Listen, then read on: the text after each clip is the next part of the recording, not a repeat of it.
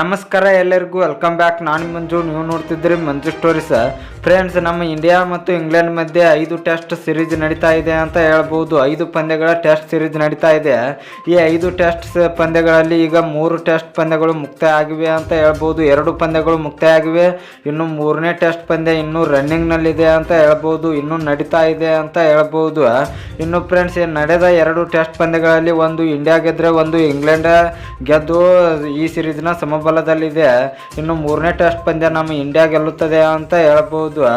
ಇನ್ನು ಫ್ರೆಂಡ್ಸ್, 3ನೇ ಟೆಸ್ಟ್ ಪಂದ್ಯದಲ್ಲಿ ನಮ್ಮ ಇಂಡಿಯಾ ಆಟಗಾರನಾದ ಯಶಸ್ವಿ ಜೈಸ್ವಾಲ್ ಅವರು ಭರ್ಜರಿಯಾಗಿ ದ್ವಿಶತಕವನ್ನು ಸಿಡಿಸಿದ್ದಾರೆ ಅಂತ ಹೇಳ್ಬೋದು.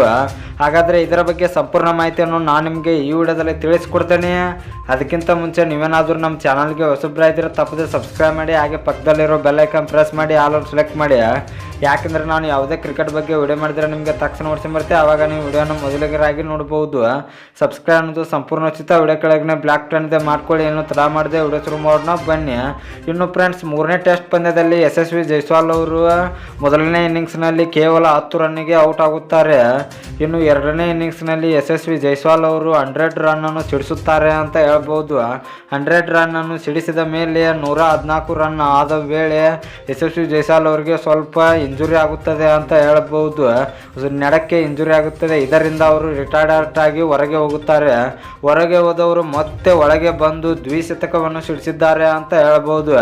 ಯಶಸ್ವಿ ಜೈಸ್ವಾಲ್ ಅವರು ಅಗ್ರೆಸಿವ್ ಬ್ಯಾಟಿಂಗ್ನ ಆಡಿ ದ್ವಿಶತಕವನ್ನು ಸಿಡಿಸಿದ್ದಾರೆ ಅಂತ ಹೇಳ್ಬೋದು. ಇವರು ಭರ್ಜರಿಯಾಗಿ 12 ಸಿಕ್ಸ್ಗಳನ್ನು ಸಿಡಿಸಿದ್ದಾರೆ.